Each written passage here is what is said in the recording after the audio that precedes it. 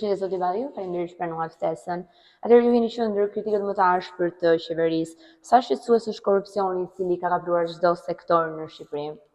Mendoj që duket qartë nga fakti që qytetarët kanë zgjedhur të largohen nga vendi, janë gati 1.4 milion shqiptarë të larguar, që patjetër nuk largohen sepse këtu jetoheshin shumë mirë dhe nuk përballonin dot mirëqenien, po largohen sepse vjedhja masive dhe korrupsioni masiv i qeverisë në mënyrë sistematike e ka bërë të pamundur jetesën për qytetarët e vendit. Është sot e pamundur për qytetarët të marrin shërbimet e tyre dhe është e pamundur për ta të përballojnë taksat të cilat vendos qeveria. Duhet kuptojmë që qeveria rrit taksat vazhdimisht sepse me vjedhjet dhe aferat e veta krijon gropa të zeza në buxhetin e shtetit, të cilat kërkon të mbush pasaj me taksat që i rëndojnë qytetarëve. Prandaj ne jemi vendi me taksat më të larta në rajon dhe me rrogat më të ulta në rajon.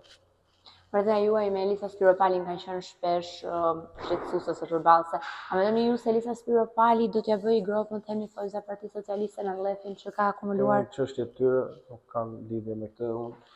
Në atë punë të merren qytetarët shqiptarë, mendoj Rama është një problem kombëtar dhe ne duhet si komb të reagojmë kundër Ramës. Ai është rrezik për interesat tona kombëtare, është bashkëpunëtor i Aleksandr Vučićit, ai mbron interesat e Beogradit, është arsyeja pse ne nuk jemi sot në Bashkimin Evropian. Në të kundërt Shqipëria sot do të ishte integruar në BE, normalisht do kishte bërë hapa të e mjaftueshme për që një pozita shumë herë më të mira, dhe jo në këtë pozita që duhet shpikur një lloj integrimi me Aleksandr Vučić për Shqipërinë, që s'ka asnjë lidhje me Serbinë.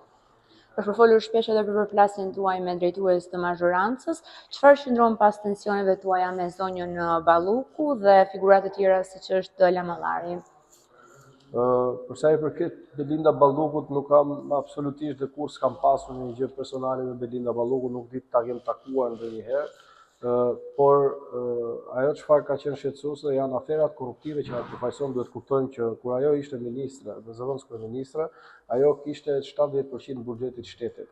Dhe aferat në infrastrukturë që kanë qenë skemat apo sektorët ku janë hedhur më shumë para të buxhetit, kanë qenë katastrofike për xhepat e qytetarëve shqiptar, por dhe të rrezikshme për jetën e tyre. Mjafton t'ju kujtoj këtu që rruga Qukus Qaftosh ka shkuar gati 300 milion euro dhe në 2 pika shiu ajo rrugë u shkërmoq. E njëjta gjë vlen për rrugën Koçersek, e cila ka shkuar 12 milion euro për 1 kilometër dhe ajo u shkërmoq. E njëjta gjë për rastin e Unazës Madhe, në të cilën ata kanë arritur një rekord global për 25 milion euro kilometri, dhe gjithë justifikimi u dha për të hapur rrugët e Tiranës, për të zhbllokuar trafikun, dhe besoj dhe ju e dini fare mirë se si është trafiku tek Unaza, qoftë në orën 6 apo në orën 9 apo gjatë gjithë kohës në atë zonë. Së dyti kanë qenë aferat e saj në energjetik, mos harrojmë Tigrin 1 dhe Tigrin 3.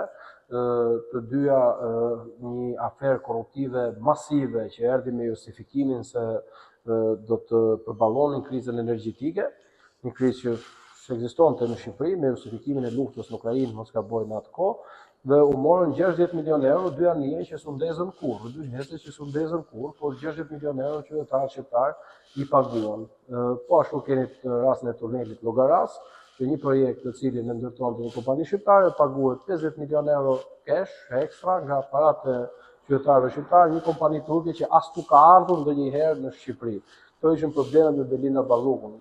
Lamallari është një njeri bosh, në kuptimin nuk ka as fuqi, as gjë, është mbajtës i një karrike, i vendosur në ato karrike aty për të zbatuar urdhra sa të Agaçit, sa të Agasit apo të Belinda Ballukut.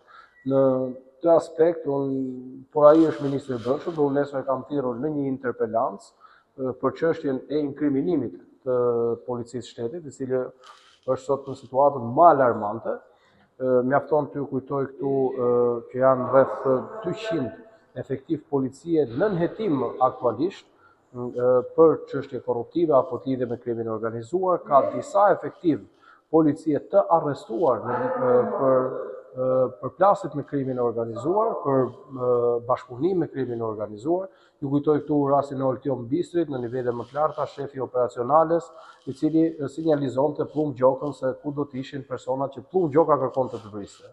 Pra, në njësoj se ky ka plot raste tjera, ish shefi i krimeve në Vlorë, që u kap duke trafikuar drogë, kokainë nga Amerika Latine drejt Gjermanisë.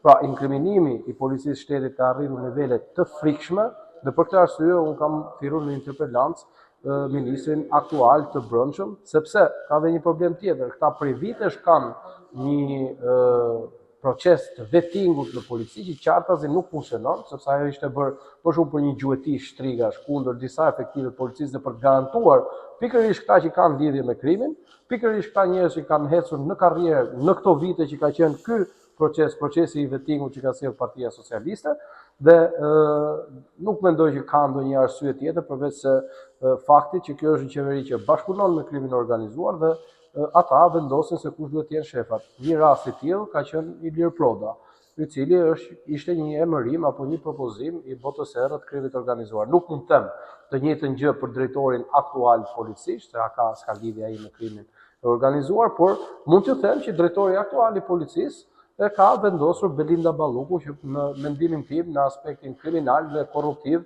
është në tjetat nivele se çdo band tjetër apo organizatë tjetër kriminale. Si ju duket turi kombëtari i Partisë Socialiste, pasi duket se ka filluar mazhoranca, përgatitjet për zgjedhjet vendore, ku shikoni veten në këtë vendosje? Fjalët e qeverisë kanë vetëm një qëllim, kanë vetëm një interes, mbajnë pushtetin e tyre, sepse nëse do të kishin ndonjë merak për qytetarët, për jap një shembull konkret, unë kam propozuar një projekt ligj që garanton që paratë e konfiskuara nga krimi organizuar të përdoren për efektiv të policisë të rënë në detyrë, për familjet e tyre, të shkojnë në ndihmë familjeve të tyre, të përdoren në ndihmë të familjeve të qytetarëve, të cilët kanë mbetur viktimë nga përplasja e bandave, siç ndodhi në rastin e Memaliaj, apo Dobraçit, apo në Tiranë ku të Don Bosco, si dhe gjithashtu për çiftet e reja, pasi ne nuk mund të mohohet që kemi sot një problem madhor, që mendoj është problem kombëtar, dhe është në interes kombëtar të ballafaqohemi me këtë çështje, që 33 dhe këtij vendi po largohen. Nuk po kemi më ligjshmëria praktikisht sot në 7 qarqe është negative, sepse çmimet e larta të apartamenteve, kostot e larta të jetesës, që kanë ardhur si rrjedhoj e pastrimit parave të drogës në ekonomi, ja pamundsojnë çifteve të reja të krijojnë ardhmen e tyre këtu. Ndaj dhe unë kam propozuar në këtë projekt ligj që një pjesë e mirë e parave dhe pasurive të konfiskuara nga krimi organizuar të shkojnë në shërbim të çifteve të reja. Dhe Partia Socialiste e voton kundër në 3 komisione dhe jam i bindur që dhe nesër do ta votojnë kundër. Po çfarë bëjnë ndërkohë? Pasi unë bëj këtë propozim, pasi unë sjell këtë projekt ligj, fillojnë dhe këta pas 2 javësh apo 3 javësh të bëjnë një projekt ligj të ngjashëm, por jo në ndihmë të çifteve të reja apo të kategorive që unë përmend, por bëjnë një projekt ligj për të thënë që do ta shikojmë më pas, do të shqyrtojmë diçka më vonë, një projekt ligj për të thënë që edhe ne po e shikojmë këtë situatë, sa për të mbuluar të vërtetën që është që këta nuk duan t'ia dinë për qytetarët, as për efektivët e policisë, as për viktimat e krimit, e aq më tepër për 33, sepse pasuritë e konfiskuara të krimit organizuar, to kërkojnë t'i mbajnë aty që po i njëjti kartel apo organizatë kriminale t'i marrin pas t'i marrin mbrapsht duke paguar qera mujore. Dhe kjo është ajo që ndodh aktualisht me pasuritë që konfiskohen. Pra, nëse konfiskohet apartamenti i një prej troplindë, Edi Rama e mban aty, dhe troplinët vinë me një prestanome tjetër që e mbajnë me qera dhe i rikthehet po të njëjtit person. Ndërkohë ne këtu tregojmë se si këto apartamente mund të merret, mund zilen në kamp, mund shiten dhe ato para i jepen i çiftit të ri, të eci përpara të bëjë jetën e vet dhe të rrinë këtu. Dhe në këtë formë edhe i mbështesim dhe i tregojmë të rinjve dhe të rejave që mos u largoni se kjo është një vend që ju do. Po fatkeqësisht vendi i do, populli i do, të gjithë i duan, por nuk i do qeveria të rritë. Reforma territoriale po rikthehet në diskutim këtë ditë, janë 3 variante nga Partia Socialiste. A mendoni se kemi nevojë për një riorganizim të ri apo kemi nevojë për korrigjim të këtij modeli? Qartazi që ka nevojë për një rishikim, sepse reforma territoriale më shumë se territoriale ishte një reformë elektorale ajo që bëri Edi Rama. Fakti është që qytetarët sot nuk e ndihmojnë dot veten e tyre me Bashkinë Tiranë, për shembull një person që jeton në Kust, në Kashar, nuk mundet të vi çdo ditë, qoftë për një certifikat apo një shqetësim tjetër në Bashkinë Tiranë. Ato që në bashkinë edhe atje. Dikur kanë qenë komuna, sot mund të quhen bashki, ato janë çështje që mund të diskutohen. Fakti që Gjirokastra ka 7 bashki, ndërkohë që qarku i Tiranës i ka në mos gaboj 3 bashki, 4 bashki, është absurde, pra kemi të bëjmë me një reformë elektorale dhe jo reformë territoriale. Qytetarët kanë nevojë për një reformë territoriale që të afrojmë ndihmën, shërbimin tek shtëpia e qytetarit. Kurse këta kanë idenë që ju duhet vini tek ne të udhëtosh me kilometra për të ardhur deri atje. Për të them rastin në Mokor që duhet të nisen nga Slabinja që është 1300 metra mbi nivelin e detit dhe të zbresin deri poshtë në Pogradec duan 2 orë për një certifikat. Pra është një absurditet. Të flasim pasaj për çështje tjera qoftë në Bashkinë Lushnja, në Divjak dhe në Fierë që janë po të njëjtat problematika që është përhapja gjeografikisht aq e madhe e këtyre qyteteve sa e pamundson shërbimin për t'ia dhënë qytetarëve. Nëse nuk ke interes të shërbesh qytetarëve, normal që të pëlqejë që një reformë territoriale ta kesh në elektorale. Ka dhe sinjale për ndryshime në kushtetut dhe po flitet për lobim dhe konsensus. A është opozita gati të ulet në tryezë dhe cilat janë vijat tuaja të kuqe? Ne për këtë do kemi një qendrim zyrtar, vija jonë e kuqe është kushtetuta duhet të respektohet, kushtetuta tjetë në shërbim të qytetarëve, kushtetuta tjetë në shërbim të pluralizmit dhe demokracisë. Problemi është që me Ramën kushtetuta sipas tij duhet të jetë në shërbim të lubisë. Ata kërkojnë bëjnë ndryshime kushtetuese edhe për të goditur drejtësinë dhe për që të mbrojnë veten e tyre, ose më saktë për të mbrojtur dhe paratë që ata kanë vjedhur gjatë gjithë këtyre viteve. Flasim me Linda Balluku, unë që jam një, siç tha dhe ju vetë, një nga ata që e ka akuzuar më shumë, por harrojeni ju që Belinda Balluku ka bërë ndonjë gjë me kokën e vet. Ajo ka bërë çfarë i kam thënë. Nëse Belinda Balluku meriton një ditë burg, Edi Rama meriton një vit burg. Sepse në fund ditës ajo ka bërë çfarë i ka thënë shefi vet. Edhe nga vetë përshkrimi i punës që ka Belinda Balluku është të zëvendësoj kryeministrin. Pas zëvendës kryeministri ishte, kryeministri është ky. Pra, të thuar që ka një çështje Balluku nuk është shumë e sinqertë, më shumë është çështja Rama se çështja Balluku. A rrezikon opozita të dobësohet dhe më shumë nga konfliktet e brendshme, më shumë se sa nga përballja me qeverinë? Këto nuk i kemi ne, konfliktet brendshme kanë këta se këta fusin burg njëri tjetrin, siç e shikoni, Nesti angoni Nesti, këta kanë hallet e dynjas dhe këta kanë hallet me burgun, i kanë hallet me drejtsinë dhe mbi gjitha i kanë problemin e kanë me qytetarët. Dhe qytetarët do të dinë ti përgjigjen.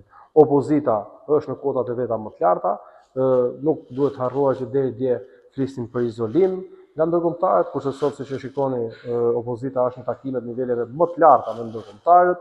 Ndërkombëtarët vinë se li, takohemi kudo, takohemi qoftë në zyret e tyre në Europë apo në Shtetet e Bashkuara të Amerikës. Vetëm këto 2 muaj unë kam qenë në Shtetet e Bashkuara të Amerikës me kolegët e mi, në Kongres, në Senat, në Departament të Shtetit.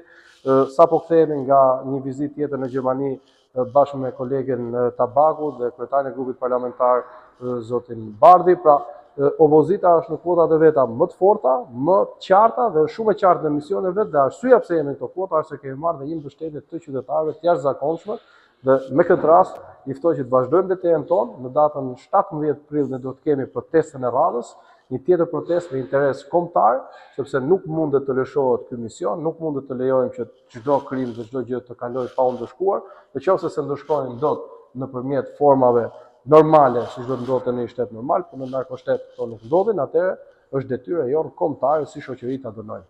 Faleminderit. Faleminderit juve.